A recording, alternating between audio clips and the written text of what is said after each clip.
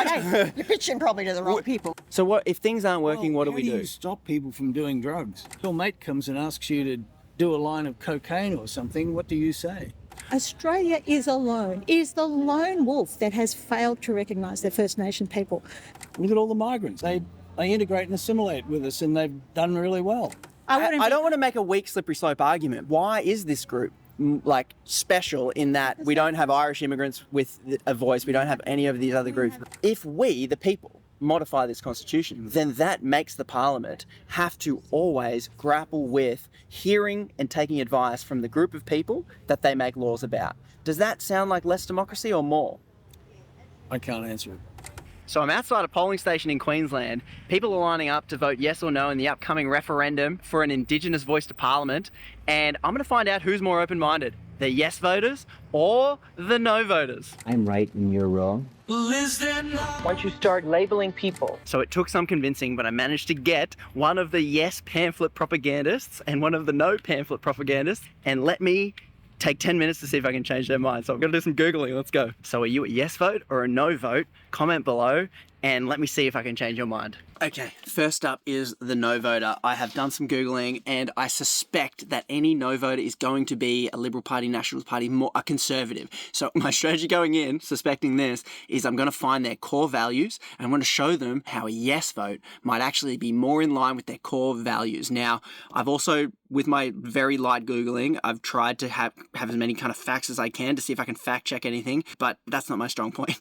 So I'm going to go straight to values and gut instinct. Let's see if it works. All right, here we go. Recording. David, thanks for sitting down with me. You're one of the pamphlet hander-outerers for the No campaign. Now, to kick off, from 0 to 100, where would you sit on that spectrum? Okay. Absolutely a no vote. A hard no. Would that be a 0%? It'd be a 0. So there is no doubt in your mind. At the moment. At the moment. You're going to try and... You've got the idea of the segment. You seem like a bloke that likes democracy. Would you say democracy is important?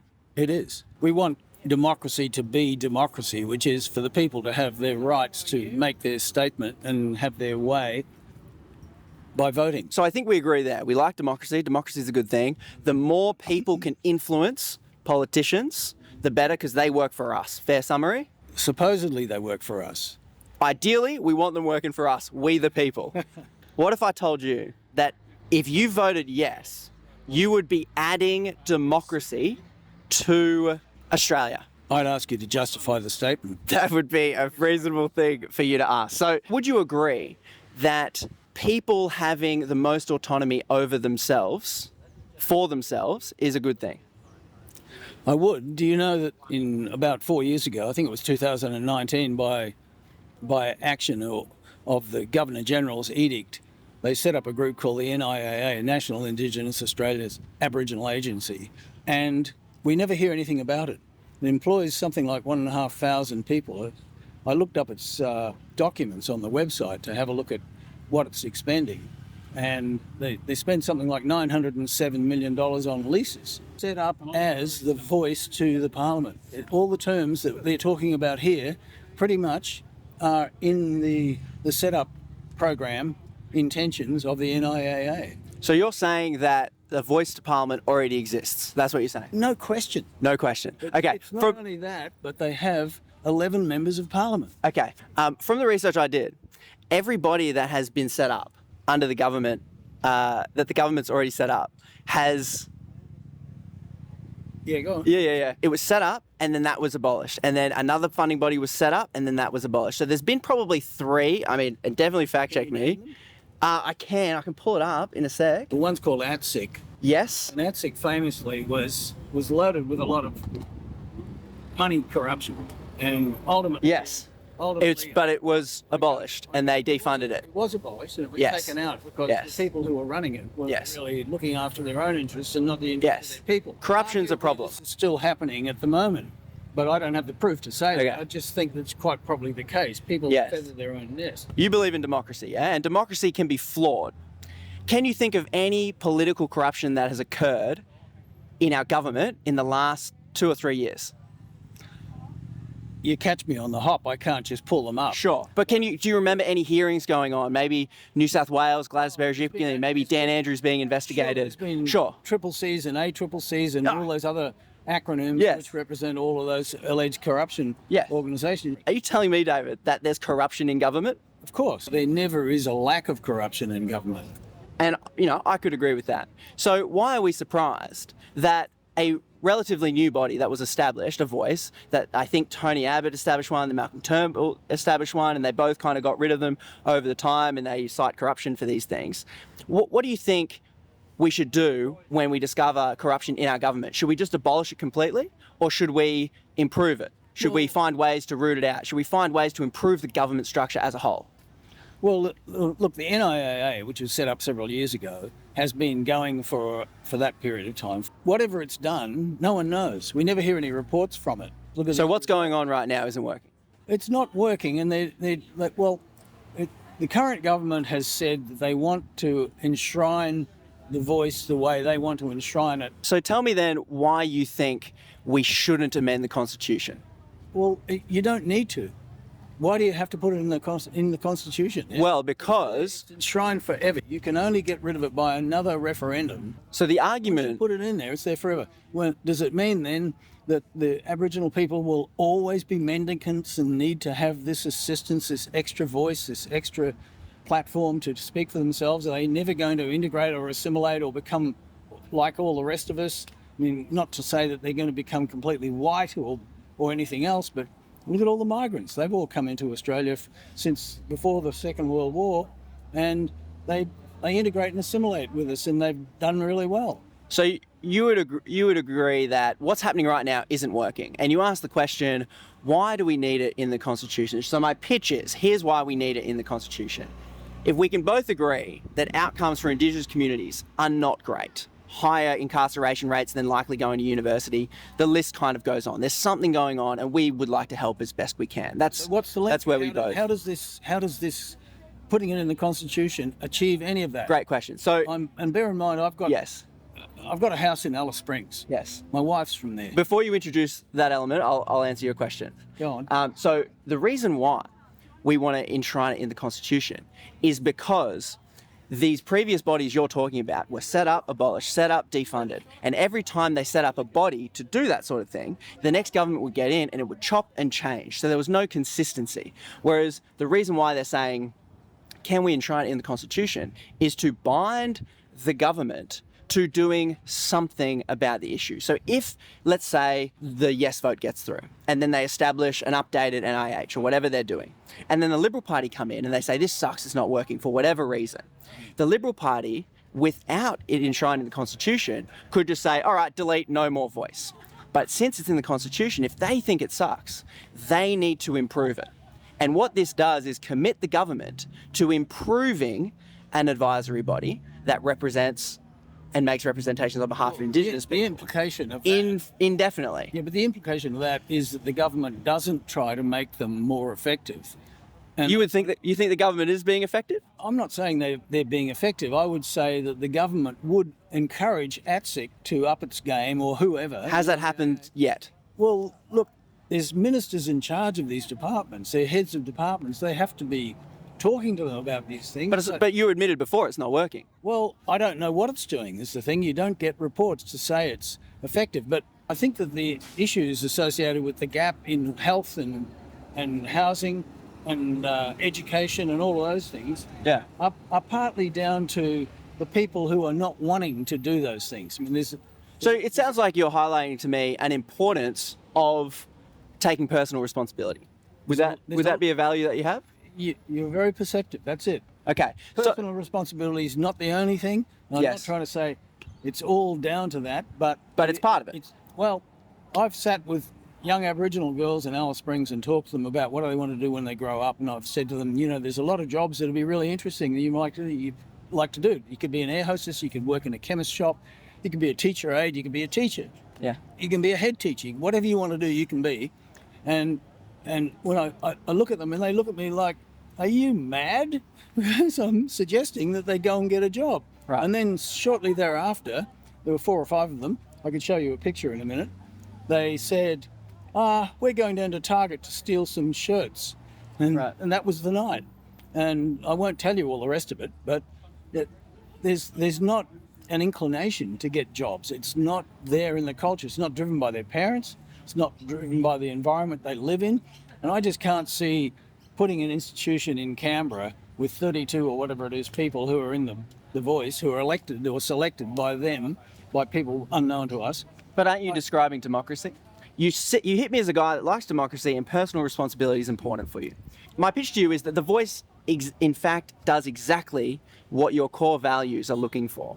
What it does is they want a body that represents them. Just like we want our politicians to represent us, they're saying, who knows better to give advice about a community than the community itself? So by enshrining it in the Constitution, it commits the government to always have a representative body elected by the people. They're saying to you, David, they're saying, we want to take responsibility. Our community leaders. They're saying, please give us a platform. Is that it? They're saying, give us access to provide advice on the government, because we live in these communities and we want to take responsibility so that we can advise government and make the best representations we can to the government. So we've got Melinda McCarthy, Yana Stewart, Jackie Lambie. That's 11. And they're all Aboriginal people. Some of them are almost, do you know? No white, no Celtic, no nothing like that. On that list there of MPs, right? So do you know what councils they represent? Do you know what local areas? Yeah. Yes. Some of them, not all of them. So if this list had the areas, you would see Surrey Hills, you'd see Noosa Council, you'd see I can't list electorates. The city of Whitehorse. So if we take the list here, they are elected to represent not just you, but everyone that lives in this area. So this is, it's a good thing that we've got lots of Indigenous people in Parliament. But what we're saying is, like, if the government's going to make laws about me, I want them to talk to me. And what they're saying is, if they're going to make laws about us, I want them to talk about us. There's 26 million of us, so they can't talk to everybody. But this is why we have so many representatives. This is a representative group of 11 people, But they all represent different electorates. Of course they do. But they don't represent specifically Indigenous groups. What you would hope for is that they would come from all parts of Australia, and as time goes on, there'll be more people in Western Australia, more Aboriginal people in Parliament, in state and federal, and in councils. But they're still only representing the local area they're elected to. So if you're an Indigenous person, you move to Noosa here, that person's got to represent you. It's been said 350 language groups. Now, maybe that's not... Yeah, lots of different groups, sure. And a lot of dialects. So every one of them are tribally in their succinct areas divided. If you look at Norman Tyndall's book on the Atlas of Australian Aboriginal Tribal Groups, you'll see all of the coloured zones of where they are. Yeah, lots of diverse groups, right. Okay. You can't have one person from each of them in the Parliament. No, but in the advisory well, how do we do it in Australia? We've got 27 million people, and we've worked out a system that goes each local representative area. How often have you sent some message up the line to your parliamentary? Well, every time I call my MP. How often's that? Well, a few years ago, I sent a few letters. But you see the point, right? We like democracy. We want people to be represented. When you get 11 people of Aboriginal descent who are in there, they bring a whole different focus. Well, that's great. To the Parliament, because they're influencing the parliamentarians. If Patrick Dodson stops representing his area and started doing something what another group wanted, he would be booted out. People would say, you're not representing our local area, sorry, goodbye. It's not that reactive. It's a slow reaction, but it's a reaction. This is democracy, right? I've heard some people have said, it's been said anyway, that they're voted for by white and black, and we don't want that. We only want people who are voted for by black, and this is one of the arguments for the Voice. They want to have all Aboriginal people so that they are voted for or selected or elected or whatever it is, chosen by Aboriginal people, and the whites aren't involved. And there's commentary on the NIA, the same thing. Like, that's one representation of it. But do you think if I'm a member of Noosa Council, if I live in Noosa here, do you think I should have direct say over what happens? Why should someone who lives in Maroochydore say what happens in my area? Like, no, they can't be represented here. They don't live here. It tends to be the case that people are expected to live in the electorate where they're represented. So why is there a problem when laws are made for a specific group of people that the people of whom those rules are made for get a say? The limitation that's there, if there's 350 tribal groups and there's more, then you're going to have 350 people. But I could use that argument about Elected democracy itself. We have 27 million people here in Australia. How on earth are we going to make democracy work? Well, in the end, we give it a good crack. In the end, you'll have a parliament of 25 million people. Well, no, we have a parliament of, jeez, my knowledge, we have a parliament of 200 and something seats, or I don't know. But we've pared that down. We've put elections. It's a challenge, I admit. But because you believe in democracy and because I believe in democracy, we go ahead with that challenge. And not everyone's represented 100%, but at least we kind of get a bit of a say in it. So my final pitch, and then I'll see if I've changed your mind. Because you believe in democracy and we've managed to do our best with Australian democracy, even though it's not perfect, we keep trying. We've only spent 10 minutes. It's not much. It's not much. And we keep trying. So why not, if there are issues in a community, why not let them have a say about the rules that directly affect them and allow them to just give advice to the government? Well, the NIAA is set up to do exactly that. Okay, would you admit it's not working? I don't know if it's working because you don't hear from people. Well, let's look at the outcomes. To have reports. High incarceration rates, deaths in custody, all these outcomes that I hear, I don't know, I need to fact check them, they don't seem to be working. So if that's not working, what else do we do? There are significant problems in some communities which have a history of fetal alcohol syndrome, where the kids are damaged. So if things aren't working, what do we do? Petrol sniffing came before that. So if things aren't working, what do we do? How do you stop people from doing drugs? Your mate comes and asks you to do a line of cocaine or something. What do you say? Well, I've been privileged enough to grow up in a household, in a community where I haven't been exposed to those vices from a young age. I don't have trauma that makes me want to escape this reality because it's such a difficult, challenging place. And that cocaine, I can imagine a scenario where I'm suffering so greatly that line of cocaine give me a little bit of relief. Maybe I'd sniff it.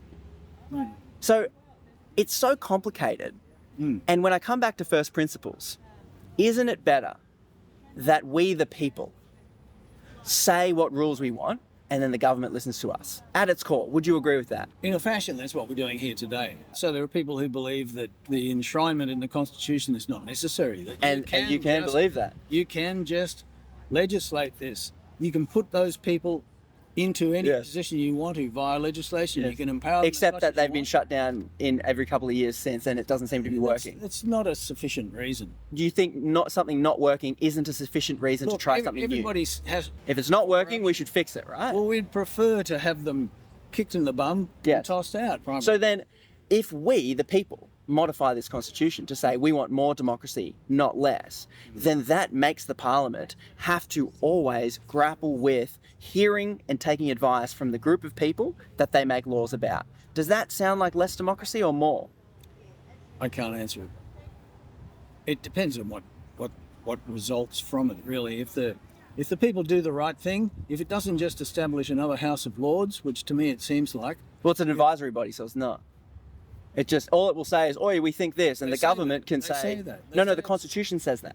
The thing you're voting on, if we have it here, look, it says it right there. The words that are in any motion which go into the Constitution are so susceptible to being interpreted by legality. But it says advisory body to give advice. That's what it says.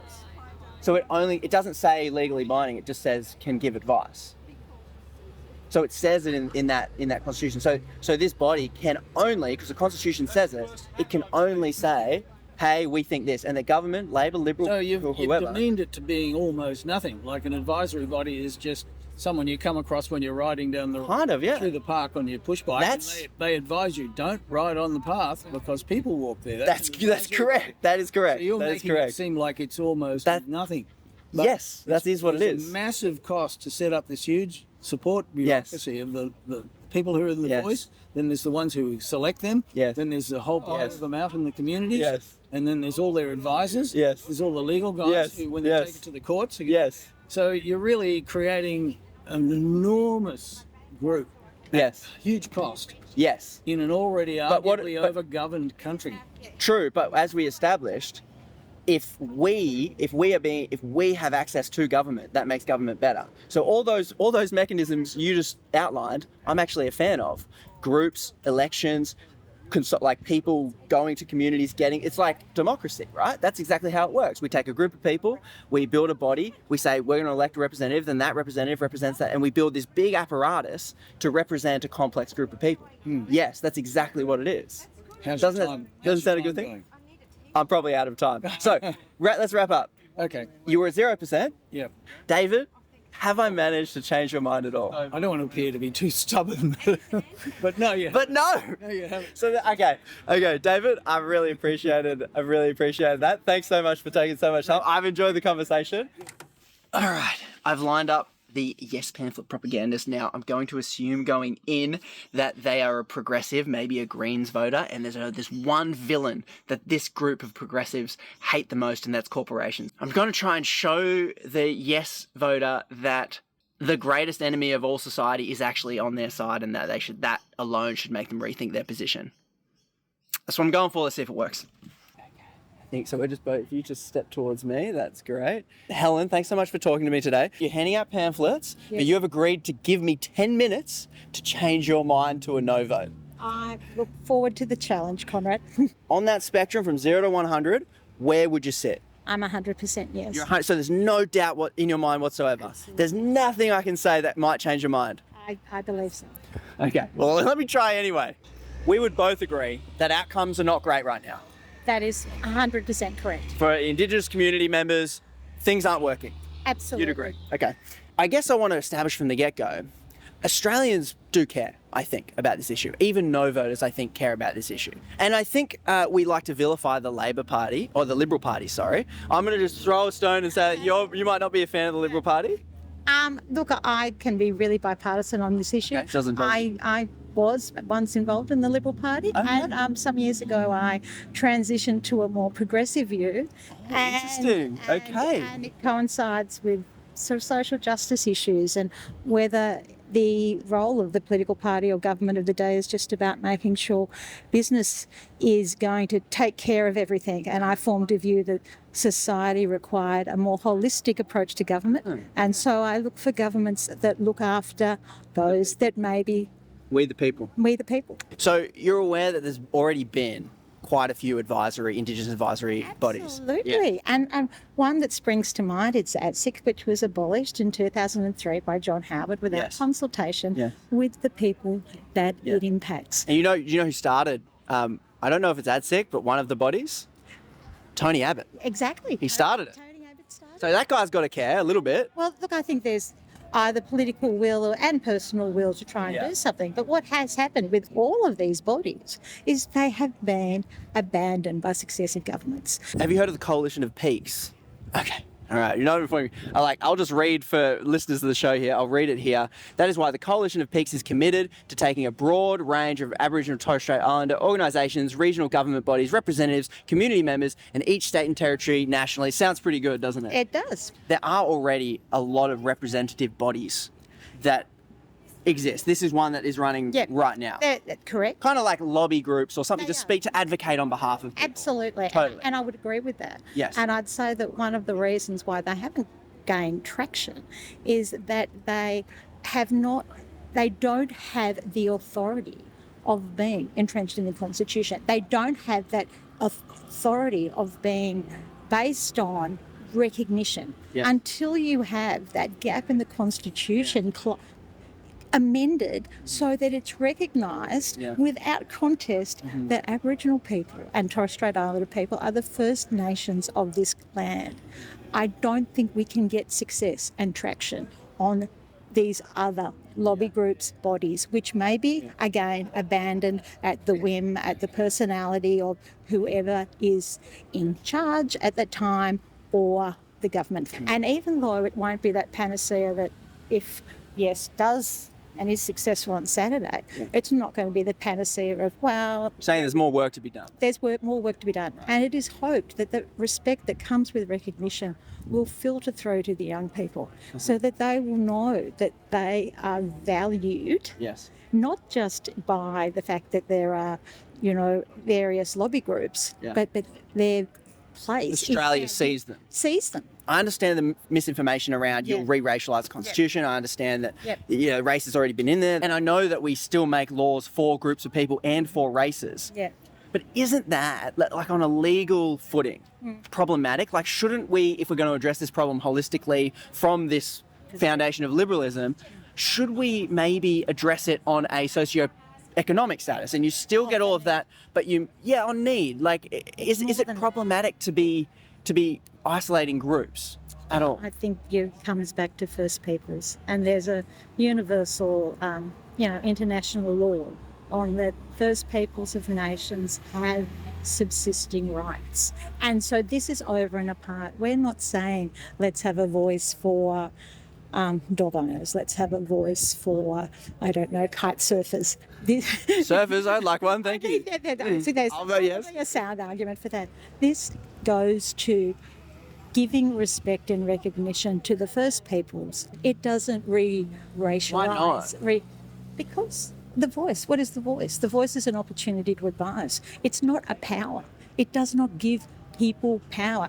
You have a right to have an advisory body that may make representations. Yeah. There is nothing mandatory But then the there. argument is that, like, let's obviously surfers would like a voice, that'd be nice. Yeah. But let's say like Polish immigrants who are suffering under similar conditions. Would you be an advocate for, if there was another group in society that needed special help and attention, would you be an advocate of then identifying that group, whether it be by race or community? I don't want to make a weak slippery slope argument. Why is this group like special in that we don't have Irish immigrants with a voice, we don't have any of these other groups with a voice?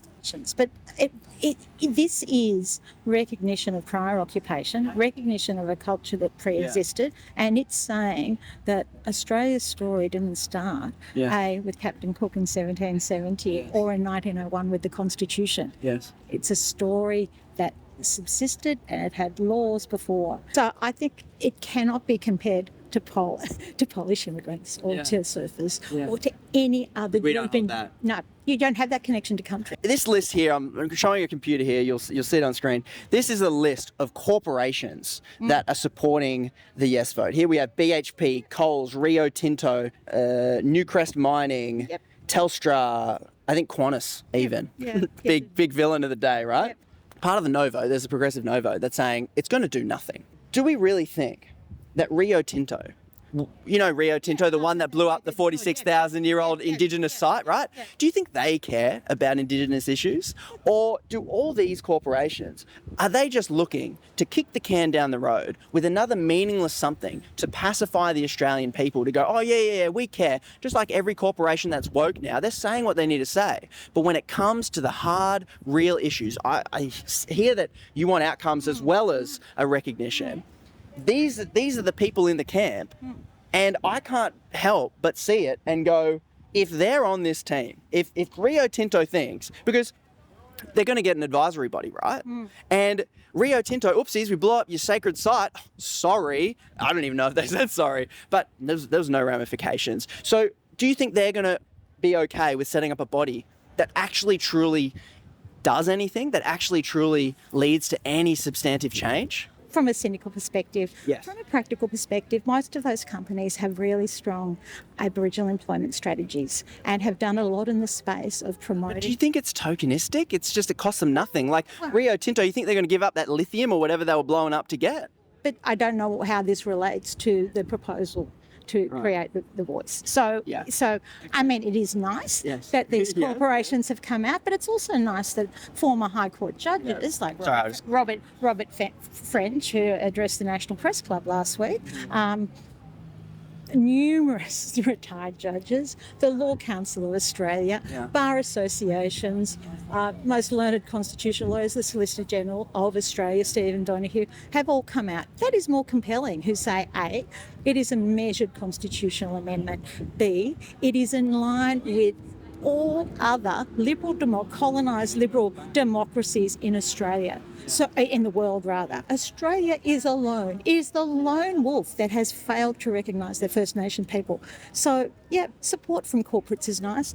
I can't comment. I think there's some practical outcomes for them in terms of supporting and ensuring that they are representative of community settlement, wanting to see better outcomes. Yeah. But I think it's irrelevant unto whether this is a sound constitutional amendment and to the role of the voice.